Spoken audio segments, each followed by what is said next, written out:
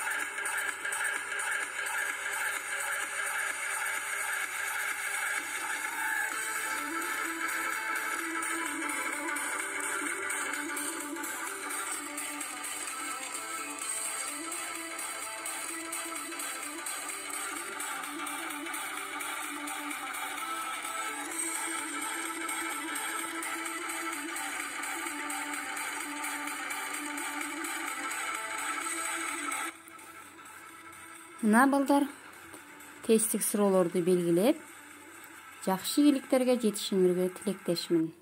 Окууларыңарга ийгилик, саламатта болгула.